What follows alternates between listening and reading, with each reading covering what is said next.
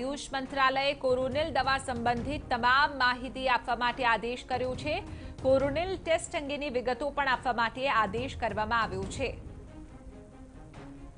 आज मुद्दे વધુ जानकारी આપી રહ્યા છે ટીવી9 संवाददाता रजनीश रंजन। रजनीश, सुबह पीसी करके ये जो है वो दवा की लॉन्चिंग हुई, अब जाके आयुष मंत्रालय ने इस पूरी मेडिसिन के सामने ही सवाल खड़े कर दिए हैं।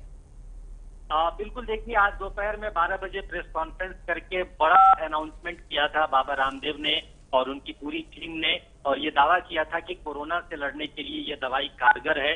कोरोलिन उस दवा का नाम है। लेकिन जब आयुष मंत्रालय तक ये पूरी बात पहुंची तो आयुष मंत्रालय ने बहुत जल्दबाजी में एक प्रेस रिलीज, बल्कि बहुत कम समय लेकर ही एक प्रेस रिलीज जारी किया, और उसमें उन्होंने इस दवा की जो विश्वसनीयता है उस पर सवाल खड़े कर दिए हैं। उनका ये कहना है कि जब तक पूरी जानकारी सामने नहीं आती है, जब तक इस पूरे दवाई को बनाने की प्रक्रिया सामने नहीं आती है, तब तक इस पर कुछ नहीं कहा जा सकता। और साथ ही साथ नसीहत भी दी है पतंजलि आयुर्वेद कंपनी को कि वो किसी भी तरह का विज्ञापन या एडवर्टीजमेंट से बचें, क्योंकि सरकार ने अभी इसको अप्रूव नहीं किया है। और साथ ही साथ आयुष मंत्रालय ने इस दवा को बनाने के लिए जो सैंपल साइज उन्होंने कंडक्ट किए हैं उसका डिटेल मांगा है।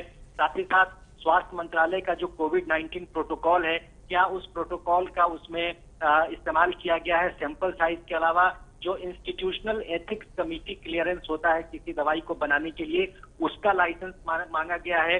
और साथ ही साथ CTRI रजिस्ट्रेशन, ये भी बहुत जरूरी चीज होती है दवाई को मार्केट में उपलब्ध कराने के लिए। और इसके अलावा जो रिजल्ट डेटा है उसकी स्टडी किस तरह से हुई है और उसमें कौन से साइंटिस्ट, कौन से डॉक्टर्स थे, इनकी पूरी जानकारी मांगी गई है। तो एक तरह से कह सकते हैं कि बाबा रामदेव ने जो दावा किया है उस दावे को आयुष मंत्रालय, जो आयुर्वेद का विभाग है, उसने सवाल खड़े कर दिए हैं और सीधे सीधे उनसे तमाम डिटेल मांगे हैं, तमाम रिपोर्ट मांगे हैं। जब तक रिपोर्ट सामने नहीं आता है और आयुष मंत्रालय इससे संतुष्ट नहीं होता है, तब तक ये दवाई अब शायद बाजार में नहीं आ पाएगी, उसका विज्ञापन भी नहीं हो पाएगा और उसकी मार्केटिंग भी नहीं हो पाएगी। ये प्रेस रिलीज से चीजें सामने आ रही है।